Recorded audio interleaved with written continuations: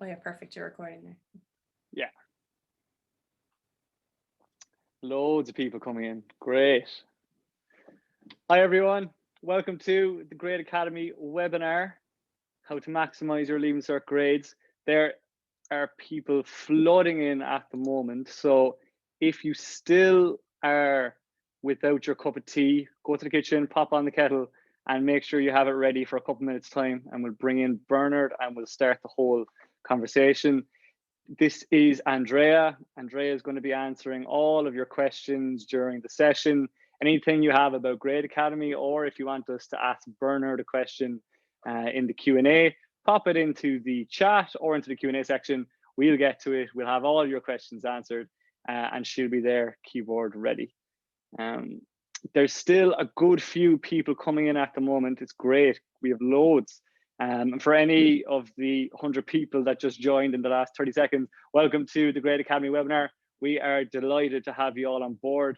We know you're incredibly busy at the moment with all the exams going on and the orals. So we really do appreciate you taking the time to come on. And we are delighted to have Bernard from Perform.ie with us tonight.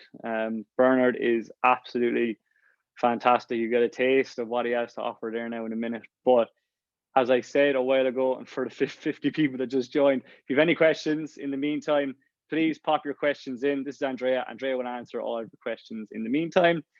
Hopefully the kettle is boiled and the tea is brewing. I hope it's Barry's and it's not Lions.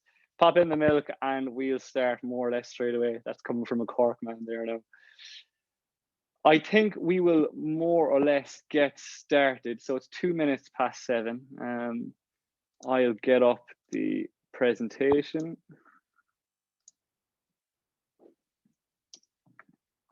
Okay, can everybody see that? Andrea, can you give me a thumbs up if you can see that? Perfect, there's a thumbs up, happy days. Okay, we'll start. So thank you all so much for coming today to this Grade Academy webinar. It's the first Grade Academy webinar that we have run, and it's titled Maximize Your Leaving Cert Exam Grades. And we're delighted to have Bernard O'Rourke here with us tonight from Perform.ie. Bernard is an absolute expert in exam performance, and I'm really looking forward to his masterclass in which he's going to chat to you about how you can improve your grades for the exams coming up in a couple of months. Just to give you a bit of an introduction and as to how the webinar is going to run today, my name is Dara. I'm the founder of Grade Academy. At the start, I'm just going to talk a little bit about Grade Academy itself, why we're all actually here tonight. And then thereafter, we'll bring in Bernard. He'll give you your talk on how to maximize your exam grades. He'll talk you through a good bit of visualization and also some takeaways that you can all bring to your study and to the exams itself. Now, please pop in your questions into the chat. Andrea is there manning it. She will answer any immediate questions or she'll give them to us at the end, where myself and Bernard will talk. We'll get all your questions answered and we'll have you ready for those exams come June. Now, it is worth staying till the end because what we're going to be doing is we're going to be running through some of the courses that we have that might help you bring your grades up. We're going to be giving away a pretty substantial discount to the courses that I think you'll all be very happy with. And we're going to be giving one of you a prize worth €215. So that's definitely not to be missed. So to start things off, I'm going to talk very quickly about Grade Academy and why it is something that Leaving Cert students have been using over the last 6 to 8 months. Now, to do that, I'm going to have to go BC. Now, I'm not talking before Christ, I'm actually talking about before COVID. This was a time where students went to school, they got all of their information from their teachers, they learned themselves, they studied, and everybody was happy with the way the system was running. Now, I think we all know what happened next. COVID came in, and unfortunately, those channels were paused. Students couldn't get access to the teachers, and teachers couldn't get access to the students. Now, being in the education market ourselves, we saw the impact that this had on students, teachers, and parents alike, and that's why we have this upside down smiley face up here. Now, what we wanted to do, being in the education space already, is that we wondered, would we be able to develop something that would bridge the gap between students and their learning? and basically making the whole process for all of the stakeholders easier and make it, so that COVID couldn't impact it. And we came up with Grade Academy. And since we launched Grade Academy 6 months ago, it really has taken off, and we're starting to see that smiley face or the frowny face being turned upside down again. Now, what we really wanted to do was develop an online learning platform that students could use to really increase their exam grade. The idea behind it was that we wanted to provide content that wasn't just there, but it was really condensed and concise to really focus on exam learning. Now, that's done through plenty of video lessons and notes that accompany those lessons, in which students could access anywhere, anytime, and on any device. And the beauty behind it is that students can go through it at their own pace, whether you're studying Irish and all of the Ashta, or whether you want to study history with our famous Leaving Cert history teacher, Patrick Hickey, it's all there. And speaking of our teachers, we really have gotten together a phenomenal group that have developed these outstanding courses. Our teachers are the best of the best. They've authored books like Revise Wise, Less Stress, More Success. They've advised State Examinations Commission, and they've also developed revision courses for many years and have been delivering them in person, and now they're delivering them online. So the three main things that we really wanted to nail down on when it came to developing Grade Academy was expert teachers. I think we have that. And we also want to provide students with on-demand learning. Look, COVID is there, things are getting better, thanks be to God.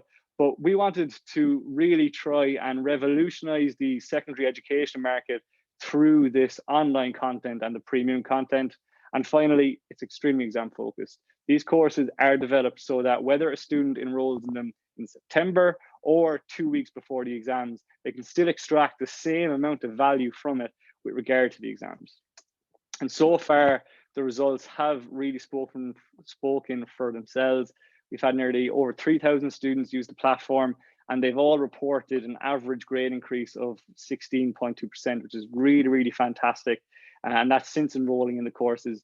And 97.6% of them prefer our style of learning when compared to traditional tuition. So look, the results have been really, really great, and students have really taken to online learning.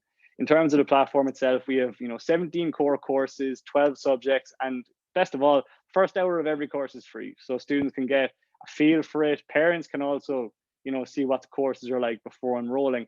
And we also have loads of other content on the platform with our exam prep series that was very, very popular, and they can get an idea of the curriculum before committing to the actual course itself. Now, it's definitely worth saying to the end, as I mentioned, we're going to be giving away a basic package worth €215, and we're also going to be giving everyone a pretty substantial discount that they can use for a limited period of time. Now, I am absolutely delighted to have Bernard from Perform.ie with us here tonight. I've gotten to know Bernard over the last while, and he truly is an expert in the area. He's been at this for years. He's coached hundreds of students, not just in the Leaving Cert, but also professionals, really take to exams. And rather than showing them what to learn in the exam, he really shows them, how to deal with exam, how to deal with exam stress, visualization. He's published articles, he's published journals, and he's also advised the Department of Education. So we really could not be in better hands tonight. So look, without further ado, I'd be delighted to bring on Bernard. So just double check that he's ready to go. He'll share a screen. The whole thing should take about 30 minutes, and thereafter we'll run through about a 10-minute Q&A, and we'll have you done for 8 o'clock for the Champions League. So Bernard, can we hear you loud and clear? You can, Dara. Thank you very much. Fantastic. It's all up to you. It's like the Eurovision. Get 12 points maybe. So beautiful. Hello, everybody. My name is Bernard, as Dara has so kindly introduced me. And we just need to get our slideshow moving. Bear with us. Bernard, what you might be better off doing, see the resume slideshow there? Yeah. Click that. Okay, there we are. Beautiful. Okay, apologies, folks. And I'm glad to be able to come this evening and talk to you about what traveling through this Leaving Cert challenge is all about. And the first thing I'd like you to do, if you could be so kind as to help me with a bit of interaction that doesn't involve doing very much, is just to close your eyes for a few seconds. Not too tight, but just close them. And think of yourself coming back to a point where you're waiting to do an exam. For the older people in the audience, I know there's some parents around, that might be a while ago, but your memories will be good enough to remember. So what I'd like you to do now is open your eyes. The exam room. The exam room is a place of some considerable consequence for everybody doing the leaving. And it's a place that inspires dread amongst lots of people, because it's a place where you go into, you're on your own, you have your pencil, your pen, and you're there to do something that is, in fact, very, very difficult to do typically. So when the exam is in progress, you're there for maybe 2-3 hours, and you're working your way through delivering as best you can all the things that are on your mind in terms of answering questions. And with a lead up that is a year, 2 years, really, when it comes down to it. And with everybody in the audience at home and in the family, willing you on to do very well. But it is something that everybody understands as something that isn't easy, and that doesn't come easy, and that is something that no matter how hard people work at it, can go as well as it needs to, or as badly as you don't want to know. So it's a difficult space. And the thing is, it's not exactly something that is anyway hard to appreciate from anybody's point of view, especially students. So the exam room is an important place to be able to be prepared to go into, and be prepared to go into to perform. So in relation to what it means to understand what it means to be stressed, or how to feel about the stress that might be standing outside the room and preparing to go in, one of the things that you have to be prepared to appreciate very easily and well is that not only are you not alone with all the people that are there, but it's not exactly an unusual place to be. In fact, many, many thousands of people in Ireland every year do the leaving, 60,000 more or less, 60,000 families, and many millions around the world do them. So it's a very common and shared experience, and one that you can, well, learn more about beyond the content of the courses you're taking, and improve on simply by paying attention to what it is to say, well, I know my English, or I know my maths, and I'm improving at that. I'm learning all the time with the help of my teachers at school and with the Grade Academy. But I need to understand how I can reliably perform in exams. So that's where we'd like to kind of work on it for a little bit this evening. So the webinar part that I'm responsible for this evening is going to be a few sections, not too many, because I only have about a half hour. I want to talk you through what is a very, very, very short history of exams, just so you have a little bit of background.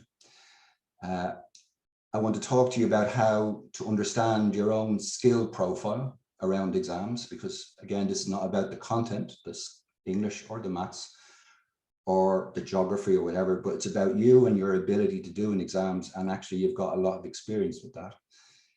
I want to talk to you about how you know your subject matter, because it's a very, very important tool and a skill set to have when you're trying to get ready and focus on getting ready to do your best when the time comes. I talk a lot to students about practice. And I talk a lot to students about practice of things that they've been involved in, whether it's music, whether it's art, whether it's golf, whether it's football, hurling, whatever it might be, because the carryover from things people are familiar with beyond doing the leaving is very often very helpful, because you can understand and appreciate what it means to practice and practice well. So I'll finish the webinar session with a few pointers in terms of what it means to close out and bring it all together. So here we are. A very short history of what is a very, very long history. If you ask yourself the question, how long have exams been going on? Well, in Ireland, they've been going on quite a while. They go back very many years. The Irish Department of Education have been doing exams since it was established, and before that it was handled by other people around England. There's been exams going on in Oxford and Cambridge, all over England as well, and indeed all over the world when you look at it. The interesting thing about exams is they're not new, and they've been around for longer than you want to think about. How long? Well, in China, for example, they've been around for, well, 2,000 going on 4,000 years. Think about it. Exams pretty much as we know them, and pretty much doing the same things for all the people who are having to experience the challenge of exams, and indeed their families. Some years ago, a Japanese academic wrote a book about the Chinese exams and the history of them. That's the title of the book, China's Examination Hell, the Civil Service Examinations of Imperial China. And it's interesting to share the sense of why he'd write a book and call it or give it that name. Well, the truth of the matter is, exams have been causing challenges and indeed stress and trouble for students and parents and families for a long time in many different countries, in many different circumstances, and with more or less the same routine.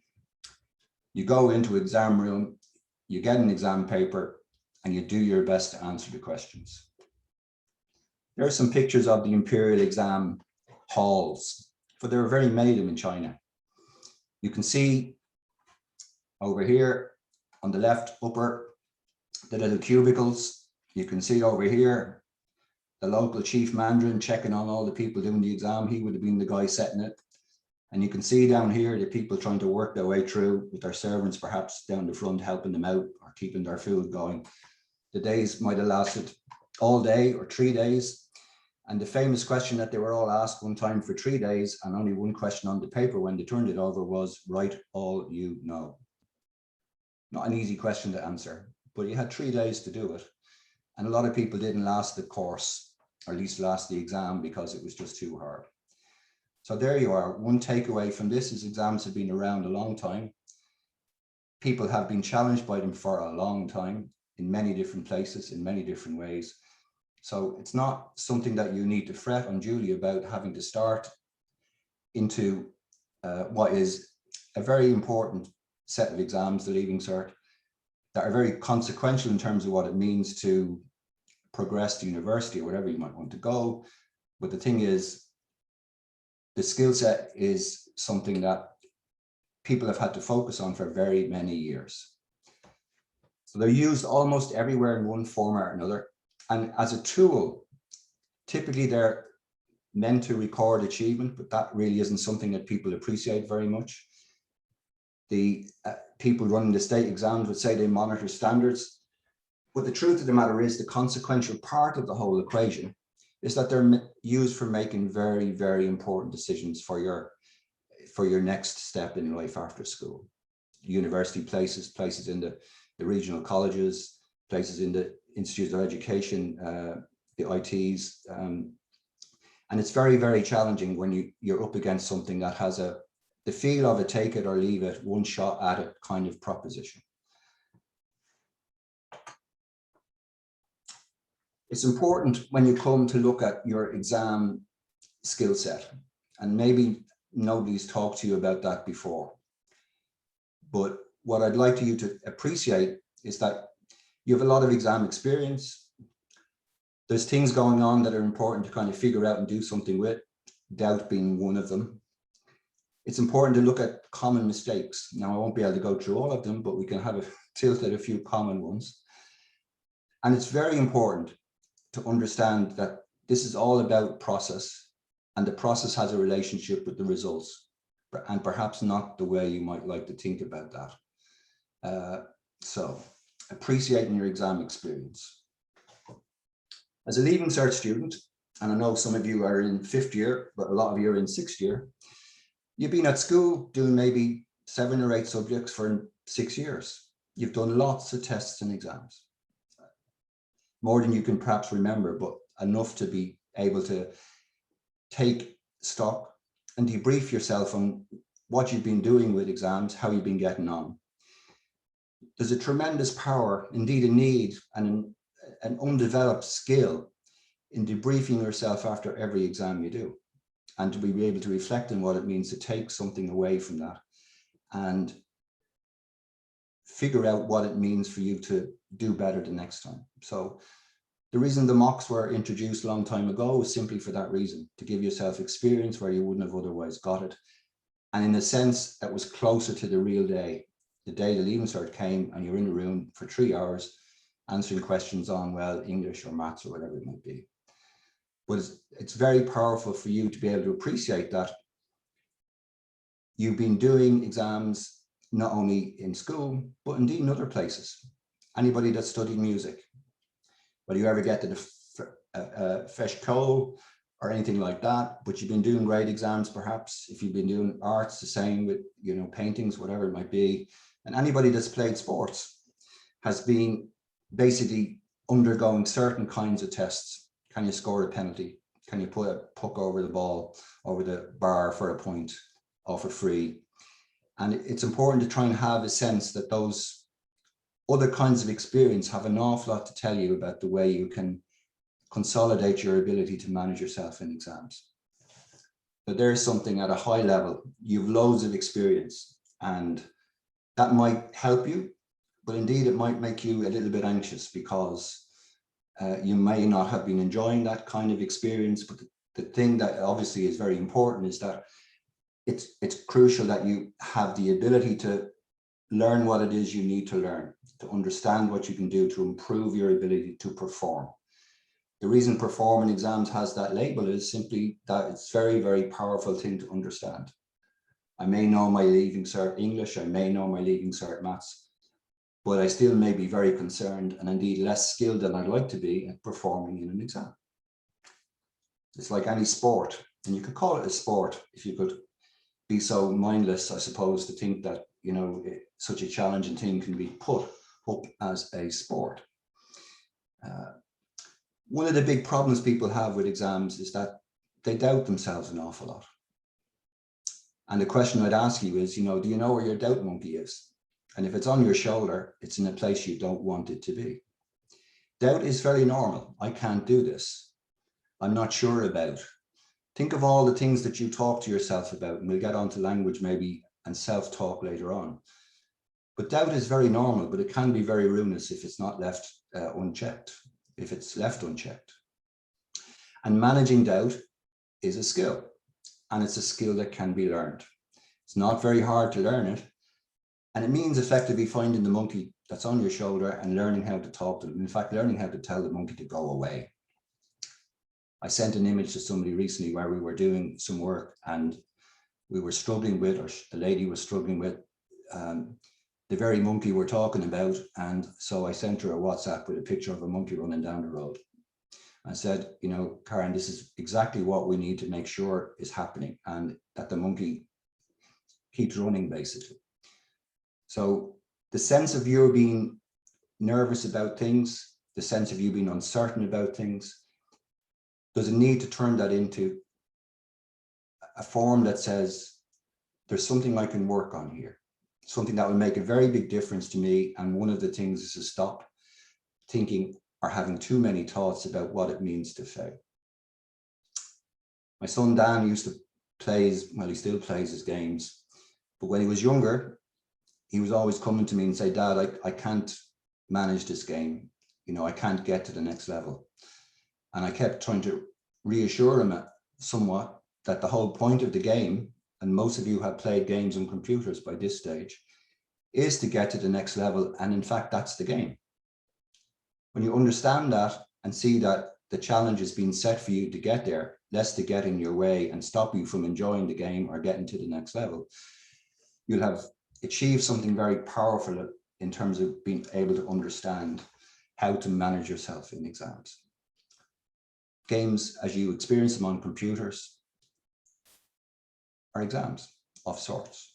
Ones you're much more comfortable with, and ones you wouldn't think maybe, except Dan, I suppose, years ago with Mario, that they're actually exams that he would struggle to kind of appreciate that they're not easy to do. In fact, they're hard at times. And that's why they get so much fun out of them, the kids. People make an awful lot of common mistakes in exams. And this is something that we could talk the whole evening about, and we'd be here for maybe till the morning. And it's surprising.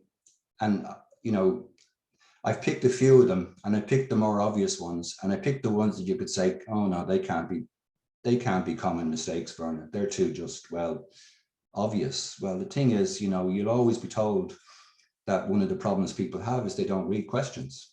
They're in the stress situation of an exam, and very often they don't read the question as well as they need to. There's no getting away from that, and it's just very, very common, but it's something you can prepare to do something about and avoid as a problem. And indeed, as an awkward consequence of what? If you don't read the question, you're not going to be able to answer it. It's very, very difficult to answer a question without having read it and understood maybe the structure of it, without parsing a complex one to be able to find out all the bits so that you can make sure that your answer has all the right information. If you're doing an essay, for example, to be clear that all the points are going to be addressed somewhere through the text of a, you know, a long essay that could be 45 minutes of very powerful writing at very, very clipped speed. Decision making in an exam is also a common problem. You're up against maybe having to choose which questions. You're up against having to choose which order of questions. And again, sometimes it can be very difficult to do that and do that well. And again, it's something you can think about, get organized around, and be prepared as a streamlined skill to do better when the time comes. One of the other awkward questions or awkward common mistakes is when you're shook for questions to answer. And you have 4 questions on the paper, and you do 3 hoping that you'll be able to do well and leave the 4th one alone. I smile when I think about this one, and I'd hope that you can understand that I'm put that there for a reason. It happens. It happens too often. So it's impossible to get 100% when you only have 75% of the marks on the table by taking only 3 questions when you need to do 4. Hear me, please.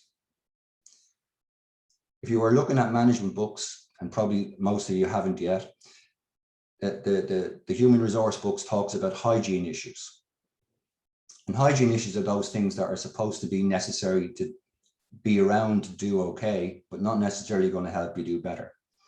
You know, so you might need a nice office to work in so you can perform, but having a better one mightn't get you to perform any better. So it's sort of neutral often.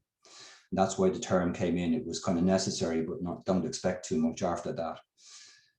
So there are things that might not help you, but that can kill your performance by getting in the way. I told Ara the story of my own leaving cert and getting on my bike to Ringsend here in Dublin on the very last day when we did our honours chemistry. And the purpose of going to Ringsend to do the chemistry was to find out where my friend was, who I shared a lot with and desk with, and think in those days, sometimes the desks were shared. And I went to Jared to say, Jared, where are you? What's wrong? Where have you been? And he said, I'm getting ready for our exam tomorrow. He said, Jared, is this morning and it's over. You'd be surprised at how many times people take a lot for granted with exams. And maybe that's an example that doesn't happen too often, but it happens. And getting there on time and properly prepped with all the right stuff, you can't underestimate what it means to go to a place and be psychologically prepared to perform when it gets there. If you leave it too late, you get there under stress, something happens on the way, stress can mount up. The whole ability to create a bubble for yourself, just like a professional sportsman would do if they were going to a football match. So you think of the Man United players getting ready for a match tonight, they don't have their phones on, and probably at this point, they're in a bubble. And you have to find a way of managing yourself through effectively something like that. Not listening to too many people saying, oh, this exam is going to be terribly hard. Develop your own skill set around managing your own bubble. So when you get there, you're on time, you're prepped, and you're insulated somewhat from anything else other than what it means to be ready to do what you need to do, which is deliver. Because at that point, you're ready to deliver, and the only thing in your way is being allowed to work through what you've done and deliver it on the day. So those hygiene issues and Jared's story, so you might remember that. One of the important things to understand about exams and exam results, and it may seem bizarre to say it, is that the key to getting a result is to lose the result. And what do I mean by that?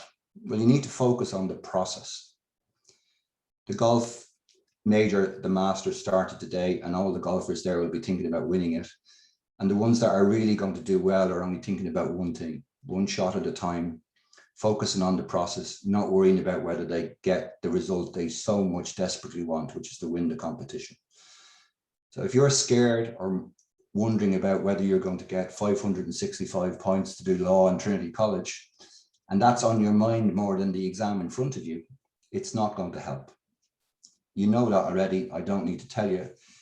But the thing is, the stress in the lead up to exams, that very often is the destabilizing factor in what it means to undermine your preparation time, undermine your preparation tasks, and get in the way of being able to work well, study well, prepare well, see where you're going, and get there on the day and do what you need to do. The process is terribly, terribly powerful and important. It's a function of knowing what you need to know, believing that you know it, which is very important, and I'll get back to this in a while. And that is a base for being able to deliver. But the process is all that matters really when it comes down to it. Have your material, have your belief in the material you have, even if you don't have all the material you'd like or you need, and get there with the wherewithal to deliver it on the day. No questions after that. Knowing your subject matter. Well, the presumption is when you're going into exam, you've studied a long time. And in fact, if you do leaving, you've studied for 2 years. And that's tough. Tough 2 years to go through and to have an exam coming on the end of it, which many people find to be, well, maybe not needed anymore, whatever it is. We're not going to talk this evening about the whys and maybes of the Leaving Cert and its development in the future. Because it's not the time for you to be thinking about that. It's more for you to be thinking, well, it is as it is, and this is what I have to go through.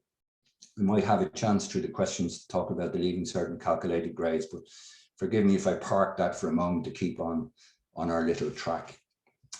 What I want to talk to you about is how you know your subject and how you understand assessment to be, and indeed what you can do to be effectively your own assessment expert.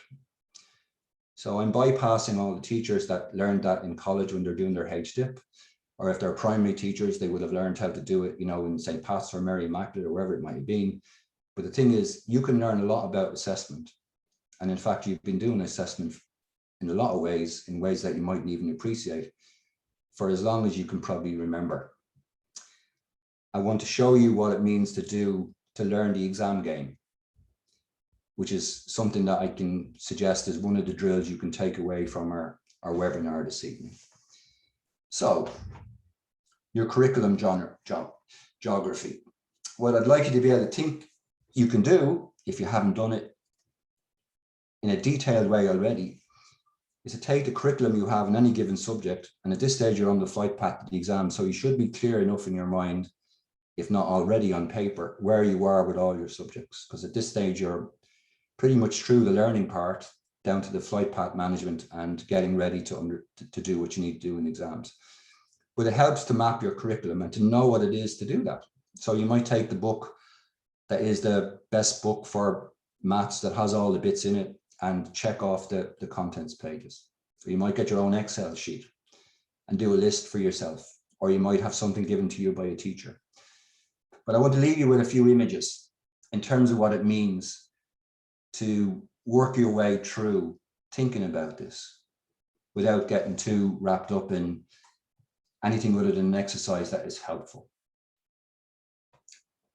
There's a sort of a screen grab for Ireland from Google Earth. It's always very nice to look at, but it's kind of interesting. Let's assume that Ireland was our curriculum, and you can see lots of things with that map. There are places in that that look very hilly. There are places in that that are full of water. There are places in that that are uninteresting, maybe and fairly flat. Oh, forgive me now if I'm looking like I'm not tilting and saying where you live in the country is that uninteresting or not somewhere you should go. But if you were to get to know Ireland the way you need to have your curriculum detail mapped for you, that detail that's there isn't helpful because all you get is the picture. This detail isn't so helpful, even though it's getting to the point where you could say, well, Waterford looks like a nice place. It's got a great golf course and it's not very big and there's loads of space and everything, but it's still not necessarily the detail. Now we're getting down to see places, well, maybe there are interesting places. That's the Cliffs of Moher. Nice place to go to, interesting place to see, dangerous place if you don't know what you're doing when you get there. And the thing is, the favorite place for lots of people in Dublin to get an ice cream is Teddy's in this is the kind of place in your curriculum you don't really want to spend too much time in, the place you like. A lot of people spend a lot of their study time avoiding the hard parts, which is the topography of the difficult places on the contour map. The places that look like they're hard to kind of reach, that you won't be able to get through so much is around, the places you really don't want to go to, wherever they might be. And the reality of it is you need to know the detail. So I leave you that as a sort of mental image of what it means to try and translate that into, well, do I know all my maths? In terms of an outline, in terms of a project management chart, whichever which way you want to think about it, you need to find your own model, okay? So the map details, in terms of the contours, you need things you can rely on. You need to be able to know that you're getting to know all the stuff you need to know, which is everything really. All the things that are there that are on your syllabus. You've got Department of Education and State Exam Commission documents to help you. You've even got grading schemes, marking schemes to help. They're all the tools of the trade, if you like, of getting ready for all these exams. So, you know, all the things are there, but the thing to avoid is focusing on the interesting things when you're studying. Watching out for the important things and watching out for pretty much everything. Trying to avoid getting focused only on the things you want to work on. And it's so easy to do. So another little visualization exercise. Assessment is everywhere. To my mind, it's something that we sort of have a skill at, or maybe we don't. But when you think about it, nearly everywhere you can be in the world is assessment. So you don't need to close your eyes on this one, but think of some assessment examples quickly. 1, 2, 3. If you ever watched a movie, you've looked at it and probably thought that's a bad movie. Won't look at that again. Or a book, I'll read it and I'll tell other people about it because it's great and it has a lot of things going on it that I really like. They're kind of forms of assessment. If you've had a takeaway lately, and lots of people have, you'll know whether you liked it or not. Again, you're talking about routine, everyday forms of, well, evaluating things to say whether they're good or not. You know, people look at phones and say, well, this one's better than the other. I like Apple because, and Samsung not because at all. They'll talk about the apps and review them. Sneakers the same. We have tons of them in the house at the moment and maybe too many, and all of them have value according to somebody. And of course, everybody loves their games on their computers, but some have preferred games because they suit them better or they like them better for one reason or another. So assessment as a skill is something that is actually kind of common, except when it gets to education and your preparation for exams, you might think, oh, I know nothing about assessment. Wake up, you know a lot more than you think. So how do you become an assessment expert? Well, a big part of it is to become an expert in assessing where you are with your exams. With your experience doing exams, a big part of being able to take stock is to know in a very detailed way, I would believe and suggest, to keep a track of your own grade history, your own exam history, and the strengths and weaknesses you've had in previous exams, to be able to build your own sense of your skill profile with exams and do something about honing the strengths that you do have, and most particularly addressing the weaknesses that you see or maybe can find. You know, I get overly nervous and I can't perform, or I make mistakes when I'm there in the room that I wouldn't have made otherwise, or when I make decisions, I'm not sure what I'm trying to do and I have blockages or whatever it might be. They're all things that if you can surface, you can address. And the very important things that you need to do is to start. Any form of intervention with people takes the individual as its starting point. So while you might share it with your friends or with your students, the thing is you need to know yourself in terms of the skills that you have and where it leaves you on the agenda of developing the things that you need. It's not that difficult, but it is far from an easy thing to do if you don't attempt it. In fact, it's not so difficult at all. I like to talk to people about the exam game. And sometimes I encourage students to get together in maybe groups of 2 or 3 and effectively start doing exams, developing exams, becoming their own state exam commission. Why? Well, the thing is, it works. It works really well to develop your own Leaving Cert exam questions, to find out what questions you should be trying to develop. Now, there's loads of them there already because, you know, they're there for you in websites, they're there for you in past papers, they're there for you to beat the band, really. But the thing is, what you need to be able to understand is how questions are set, why they're set the way they're set, and learn about that process. Now, I don't need you to be the expert to get a job in the State Exams Commission tomorrow, but it's very important to understand effectively the rules of the game, how you would develop a marking scheme.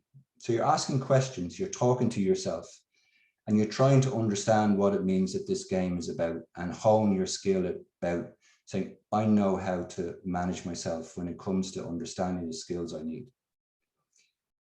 A big thing is to practice answer drills to time. And I'll get back to that in a minute. A very big part of that is to find a way of evaluating and assessing the answers. And you might get your help from teachers, you might get your help from your co-students, or indeed your parents at times.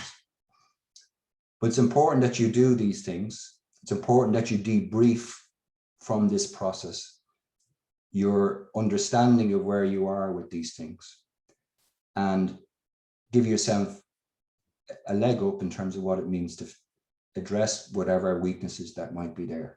Because there will be some, and there will be some effectively for everybody. I work with a student who was heading for late 500s, and he had a lot of work to do to even understand where he was with certain things like this. And it wasn't that he was worried about getting 400 or 450. He was worried about not getting nearly 570 or whatever it was, because 5 points wider away. So it's important to look for the pointers to fix things.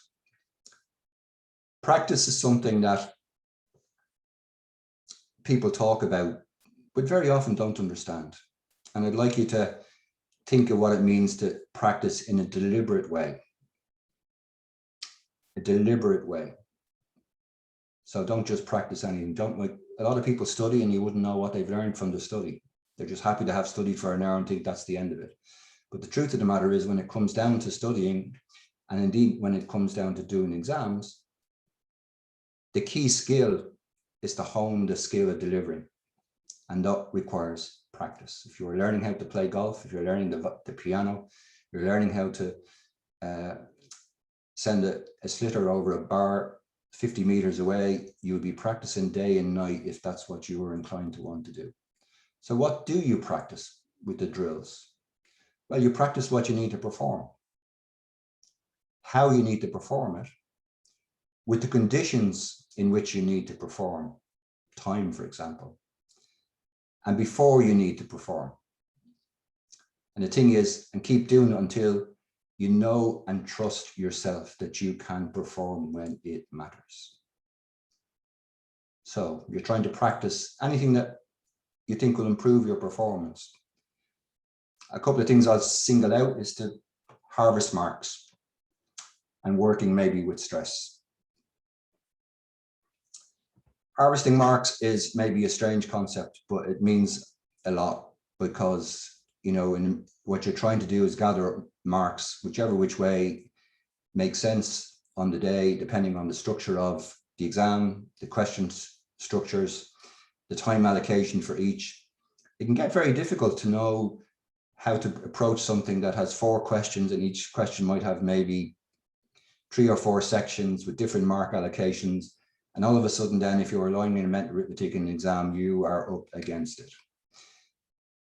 So to take marks against the marking schemes that you are there, and to take marks against the time are 2 of the critical things.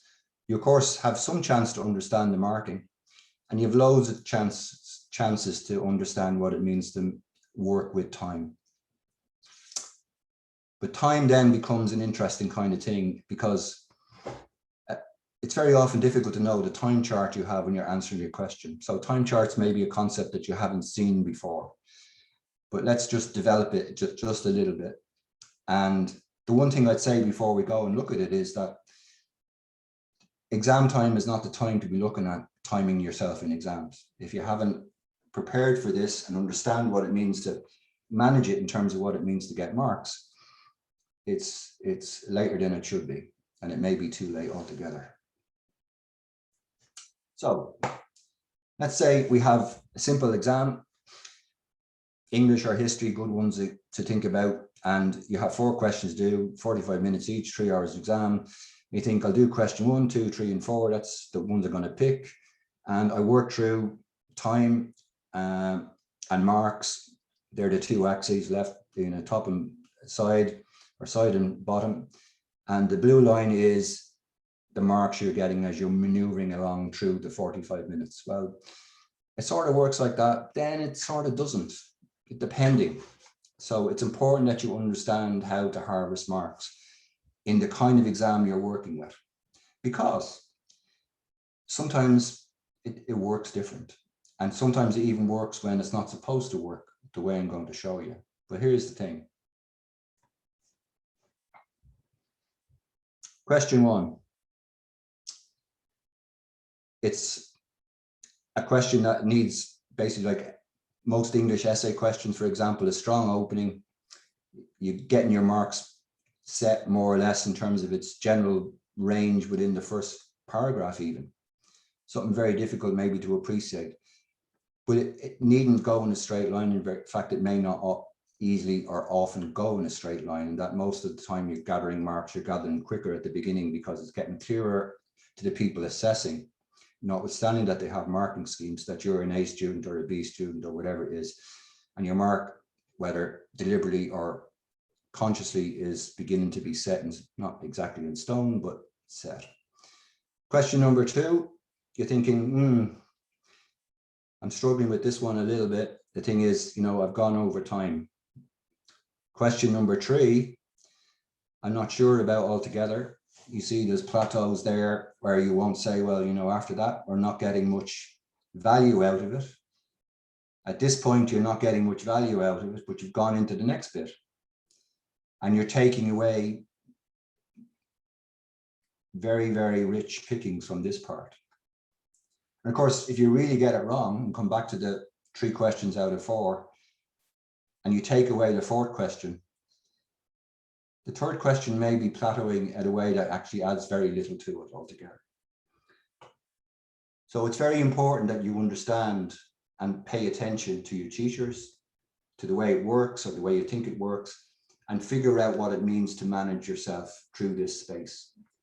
If some of the stuff you're doing has this kind of format, this kind of result basically has that flat part that wastes time here and does damage there, you're running out. And you can't afford to do that. Not at all. You won't get 100% if you're answering 3 questions when you should be doing 4, or 3.5 when you should be doing 4, or avoiding going near 4 because, well, you don't know the answer. One of the things I've been very successful at doing is teaching kids how to answer questions they know nothing about.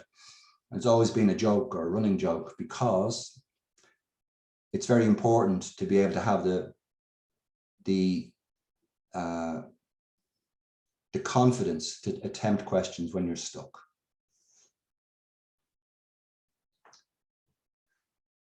The stress that we want to maybe mention, and we're getting Dara, we're getting a little bit over time, but I have a couple more minutes left. The stress that we want to really mention right now, not so much the lead up, because that's a different day's work, but in the exam room, a lot of things can happen in the exam room that effectively are and can get more stressful than you really want them to be. It's stressful enough going in, but very often you can hit a wall, or you can get stuck with a block. A big part of what it means to do that, to overcome it, is to understand how to talk to yourself, question why you might be having a problem, and begin to have a dialogue that gets around the things that are problematic. I find that very helpful. I have always, and lots of people do doing exams. And it means talking to yourself and less having dialogue with that monkey. Breathing and those things that you would get if you were looking at doing meditation courses, they help and work an awful lot in terms of what it means to stay steady in an exam. As in beginning to resort to things like mind maps or your plan when the time comes you feel like you're getting stuck and you need to just doodle to find out what it means to move on and make progress again where you got stuck. Sometimes it's necessary, but it's not necessarily advisable very often to just park something and progress somewhere else. But you need to understand what it means to have fallback routines as structural ways of managing yourself through problems like that. We can't go into them in terrible detail today, but I need just to open your mind to what it means to be understanding what stress in the exam room is about. Sometimes if you want to practice essay type exams, and going back to the mark harvesting, a point I want to make, and that's really all I wanted to say, was that if you're opening, the reason why copywriters get paid so much for developing advertising is that they can manage to get a whole message over in one line. Guinness is good for you is the old one, but I'm sure you have loads of other ones for the things that you like, whether it's Nike sneakers or whatever it might be. But the thing is, you know, there's no app to allow you to be able to kind of look at, take your exam question that you might have mocked up and see what your result was going to be, sort of getting your teacher or whatever. But the thing is that you need to appreciate is that if there was an app, it'd be kind of like Shazam, where you play the bit of the music at the beginning and you get a fix on what it is that the song is. And one of the key drills to do for anything that involves essay type questions is to practice developing the opening and give it to somebody to look at. Practice and practice and practice getting the one paragraph that opens the thing. And you'd be surprised what happens with that. It'll give you confidence to know that you've started the right way. It'll give the examiner the impression that what? You've read the question, you understand the question, indeed you've got an answer, and by the looks of it, it's a very good answer, carry on. And if you're lucky, maybe the examiner has stopped thinking about your remark after that because it's in its head already. Don't rely on that, but it's there to be. So a little bit of an action plan, and it's not so much an action plan, it's just a proposition. A big part of what I talk to you about is talking to yourself and listening to yourself and not the monkey. It's very important that your expectations are very practical, and that you have developed through the things we've talked about your own very bomb-proof process for working and managing yourself in the exam room and before it. And bear in mind that the result isn't allowed in the exam room. The result is not allowed in the exam room. If you're thinking about that, you're thinking about the wrong thing. So the pressure proposition is your process, your faith in the process, and your ability to understand what that faith allows you to be. Composed. So you're on the route to composure. For composure in the exam room is your best friend, no doubt about it. And you have to, again, I'd say, bomb-proof your exam process. Develop one with help through the Grade Academy, through people like myself, to have a process that you rely on yourself. So that when all else fails, if that's what happens, you do have something to rely on. And that really comes down to you having performance that's been practiced to the point where you can do it sort of with your eyes closed, but remember to open to answer the exam questions. It's hard to write with your eyes closed. So bringing it all together, the simple philosophy that we have here at Perform is kind of simple. It's 3 C's. You see them on the rugby jerseys all the time, but that's not ours. And it revolves knowing about the things you need to know, which is the competence you need to bring to an exam room. And that's all about knowing your subject. If you know it, and you're really sure you know it, and believe that you do, the confidence coming from that, together with the knowledge, allows you to be able to rely on one thing more assuredly than if those things at the bottom of that page were missing. No matter what happens, you can stay composed when the time comes. Because composure in the exam room is what it means to be in the exam room, doing the only thing that matters in the exam room, which is to deliver. You have ice in your veins. So, ice in your veins. You need to be as cold and calculated, if you like, as it's possible to be, and understand one thing and believe it when you're doing it. The thing you walk into the exam room is believing that you can exam. Thank you, Dara. Fantastic. Ice in your veins. There's the tagline for tonight, I think, everybody. I can exam. Not great English, but definitely has a good meaning behind it. Bernard, thank you so much. I think what we're going to do, everyone, so we ran over time-wise. Look, it's always a good sign. It means that there was a lot more information that was originally intended. Bernard, it was absolutely fantastic. The monkey on the back to learning the exam game, and then with the 3 C's at the end, the confidence, and composure. Try saying that 20 times quite quickly. But what we'll do right now is we're going to run through some questions with you, Bernard. There's a lot of commonalities. We have over 50 questions that have been asked. So I'm going to try and get to as many of them as I possibly can. And then thereafter, if you just hold on to your attention, we will give away the €215 prize and the discount code for everybody on board. So Bernard, I might ask you to stop sharing if that's okay. And you can turn back on your camera and your mic. There you go, on the ball. So I think there's 4 main themes, Bernard, within the questions. And it seems a lot of students have a lot of commonalities between kind of what they're struggling with at the moment.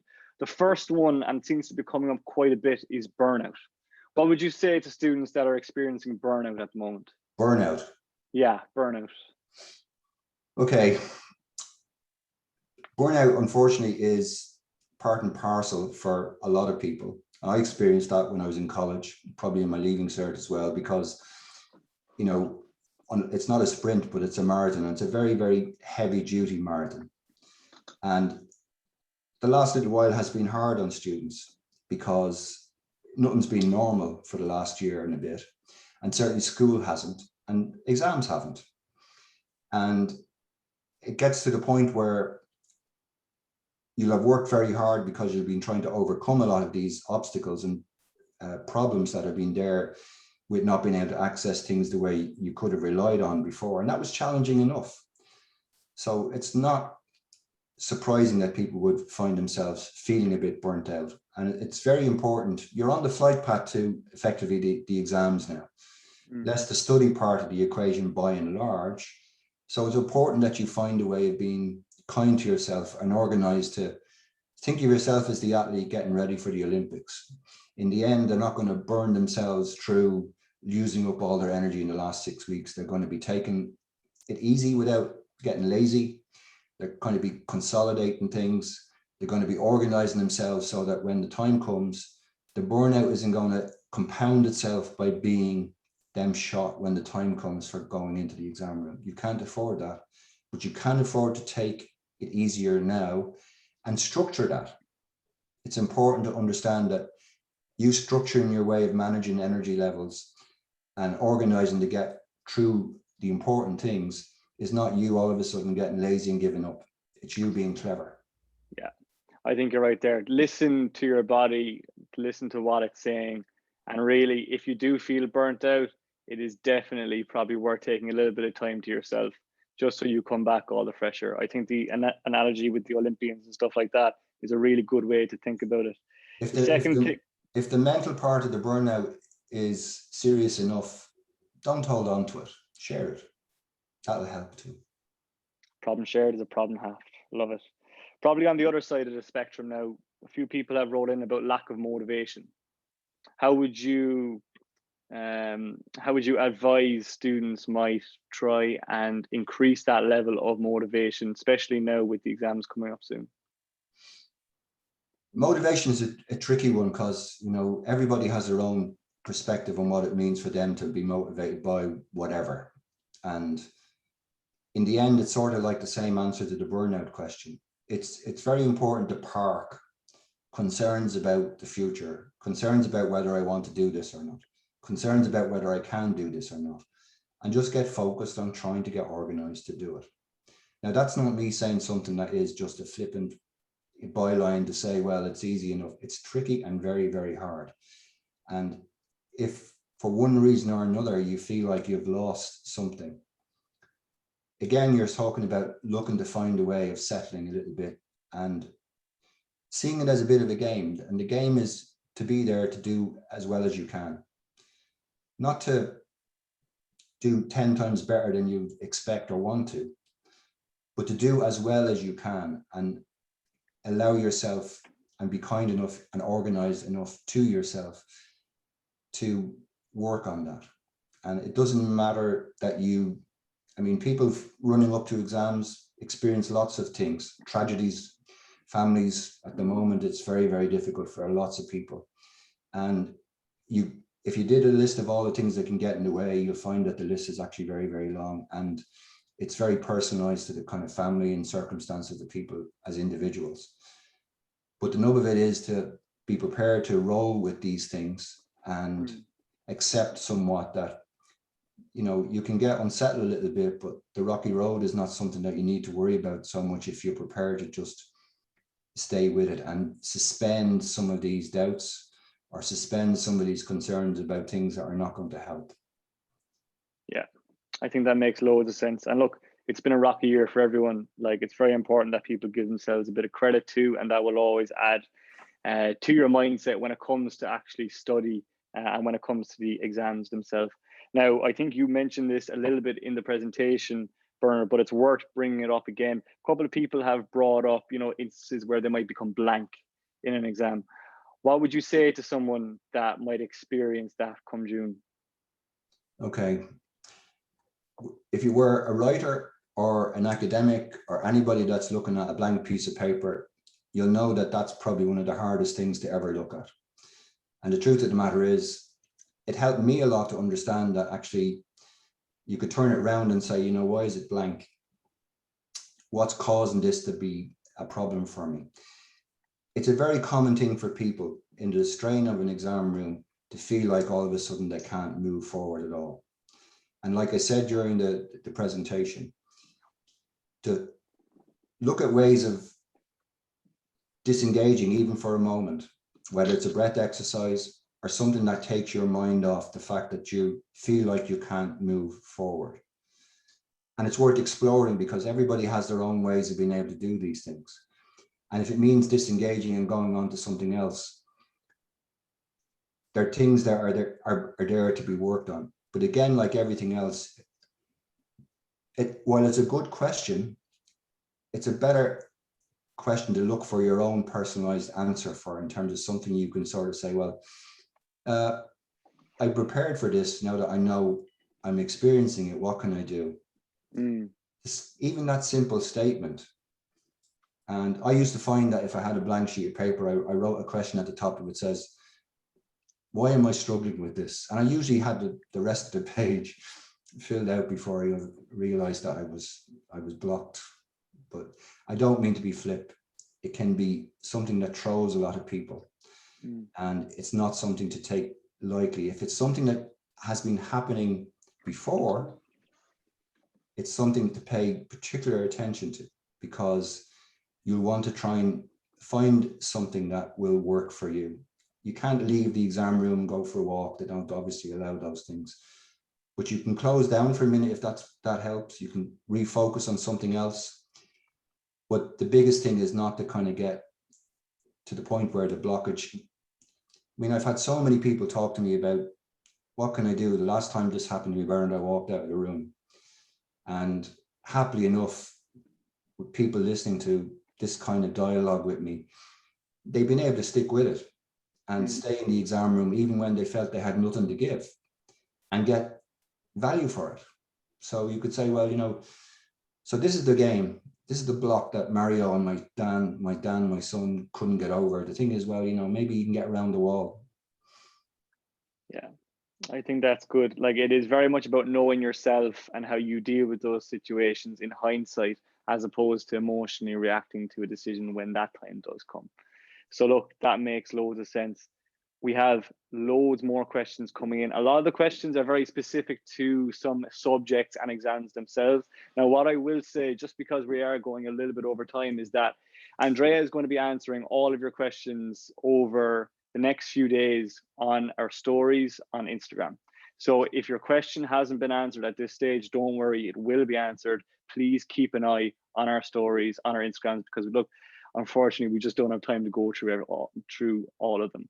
Now, what I'll do at this stage is I'm going to announce the winner, and I'm going to talk you through just a couple of things for next steps. If you do feel like Grade Academy is something that could help you over the next few months for your exams, and really just helping you trying to get the grade, as our slogan says, that you deserve. Can I get a thumbs up there from Andrea if you can see that? Okay, you can. Great, happy days. So look, hang in there. There's not too much longer left.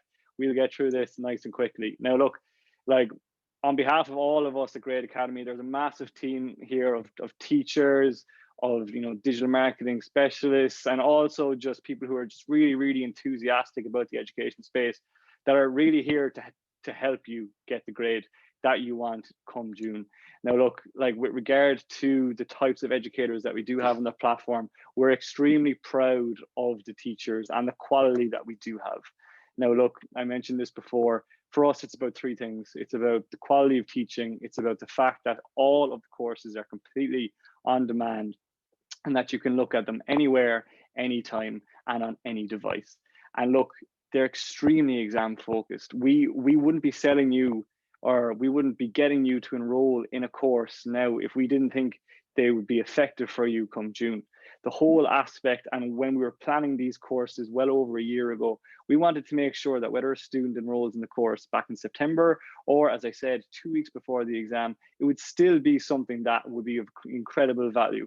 And you'll see it from the free previews. The content is extremely concise, it's exam driven, and we have results to show it. You know, like, the average grade increase of 16% from our 3,000 students is really, really testament. And we have tons of options there for all of you. So whether it be maths, Irish, home economics, history, Spanish, we have a course there for you to help you get through the last few months of study. Now look, with regard to the students that we already have on the platform, feedback has been absolutely great. The average score of every course has been an average of 4.8 out of 5. And students really do seem to be reacting well from the courses that we do have and how they're put together, which we're absolutely delighted with. Now, if you do want to check out any of the courses, the first hour of all of them are free on the website. And don't worry, I'll give you that discount that I promised you just a little while ago. But before that, I would like to announce the competition winner. Andrea did a random number generator as Bernard was giving his talk, and the winner that came out was Niamh McCormack. So Niamh has won a basic package, which is 2 course enrollments worth €215. So congratulations, Niamh, well done. We'll be on to you after, no need to do anything. We will do the work. Now, for the rest of you, don't worry, we got you.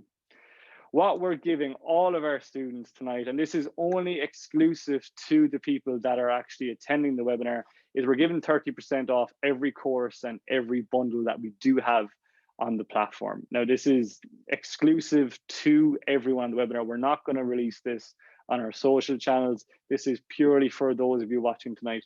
The code is webinar30, and I will give you the 30% off all of the courses and our bundles. Now, the bundles are where you can facilitate multiple course enrollments. And look, we think, and going by the fact we don't give discounts quite often, it's a pretty good deal. Now, to give you an example of how it works, all you need to do when checking out is put in the discount code, and you can save a hell of a lot of money. With regard to the pro package, you get €150 off, and that works out as €58 per course, which is nearly half price of what they are at originally. And it's our way of really just trying to help you guys throughout the next couple of months, because look, it's been a difficult year for all students and to all the parents and the teachers watching as well. So anything that we can do to really help you guys get through the next few months and get the grade that you deserve, we're more than happy to help.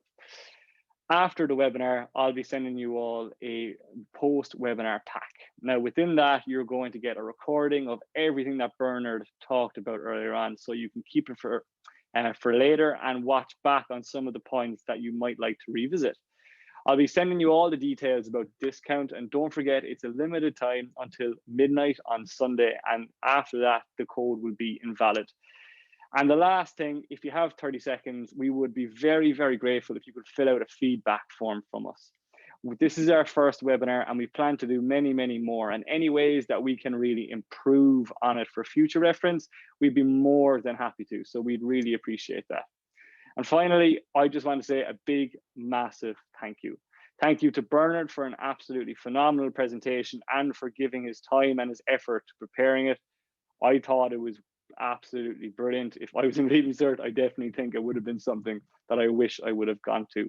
Thanks to Andrea for running all the socials. She's the person that is in charge of our Instagram, our Facebook. She is the brains behind all of the back end of the business.